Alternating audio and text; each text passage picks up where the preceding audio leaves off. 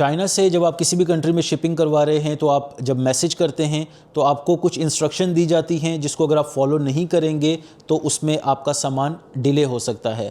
एक एग्जांपल मैं आपको देता हूँ, ये सामान है, इसमें किसी का भी कोई नाम मेंशन नहीं है, कुछ भी मेंशन नहीं है, इस कस्टमर ने भी कांटेक्ट नहीं किया, तो ये सामान यहाँ पर है। अब हमें नहीं पता कि ये किस कस्टमर का सामान है, हो सकता है वो आफ्टर 10 डेज़ 15 डेज़ बाद जब कांटेक्ट करें ये समझ के कि सामान पहुंच गया है तो ये सामान तब तक यहीं पर है।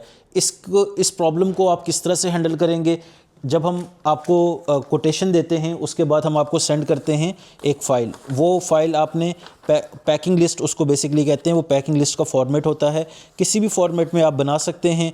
बेसिकली आपको प्रोडक्ट नेम मेंशन करना है, टोटल कार्टन्स कितने हैं, क्वांटिटी कितनी है, CBM कितना है। तो इस तरह से जो एक जनरल इन्फॉर्मेशन होती है पैकिंग लिस्ट की, फॉर्मेट ज़रूरी नहीं है कि आप वही फॉलो करें, बट आप जस्ट ये चीज़ें उसमें पॉइंट्स मेंशन होने चाहिए। अगर आपके सप्लायर के पास प्रिंटर भी नहीं है, कुछ भी नहीं है, आप जस्ट पेन से उसको कहें, मार्कर से, किसी भी चीज़ से लिख दे कि जब तक सामान यहाँ पहुँचे तमाम चीज़ें हमारे पास हों। स्पेशली शिपिंग मार्क से हम आपको ट्रेस कर सकते हैं, अदरवाइज़ जब डेस्टिनेशन पे पहुंचेगा वहाँ पर ट्रेस नहीं हो पाएगा कि किसका सामान है।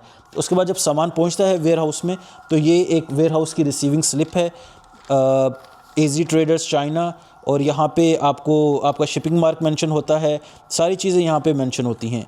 अब यहाँ पे अगर आपका प्रोडक्ट नेम गलत है या प्रोडक्ट नेम सही से मेंशन नहीं है तो ये आपके लिए प्रॉब्लम हो सकती है, इसको आपने चाइना में ही चेंज कराना है।